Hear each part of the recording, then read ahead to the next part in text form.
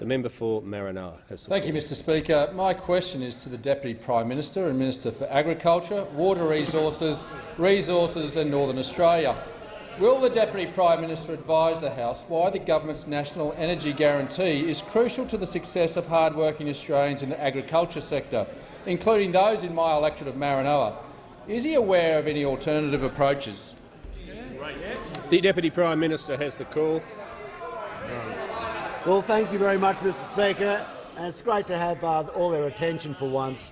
I'd like to thank the Maranoa for his question, and he understands full well how important energy prices are and how important it is to keep blue-collar workers in a job, especially in the meat processing industry, especially in the abattoirs. And so many abattoirs in his electorate, like John D at Warwick and Western Meat Exporters at Charleville. And I remember actually getting the deal through for Western Meat Exporters in Charleville when I worked for QIDC. It was a big deal then, $8 million.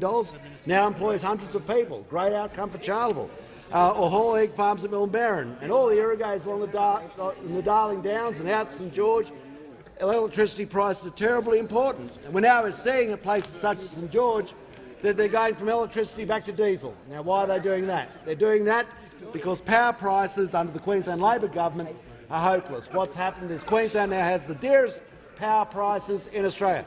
And that is a remarkable effort for Premier Anastasia Palaszczuk, because she had to get around South Australia to get the dearest power prices, and South Australia were the best in the world, best in the Western world. So what we have to do in our policy, what we are doing is making sure we get clear transparency so people can change between accounts.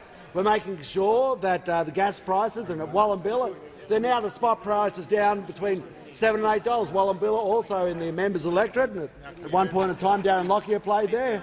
And we're also making sure that we keep coal fire burning, because if we don't keep that coal fire burning, you're not going to have any blue-collar workers. And they're laughing because they don't believe in blue-collar workers anymore. They're laughing because they don't believe in blue-collar workers anymore.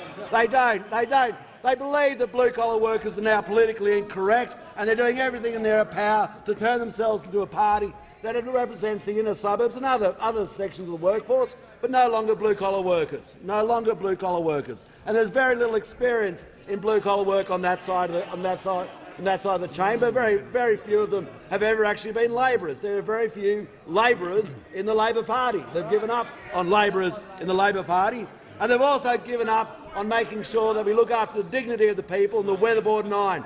In towns such as Auguthella, in Yurlo, in Eromanga, in Birdsville, in Gundawindi, in Kingaroy, that we look after these people who are doing it tough on the peripheries of society. We make sure that they have the dignity of affordable power in their house so they can keep themselves cool in summer and warm in winter, and make sure that we don't create second-class citizens of a section of Australian society.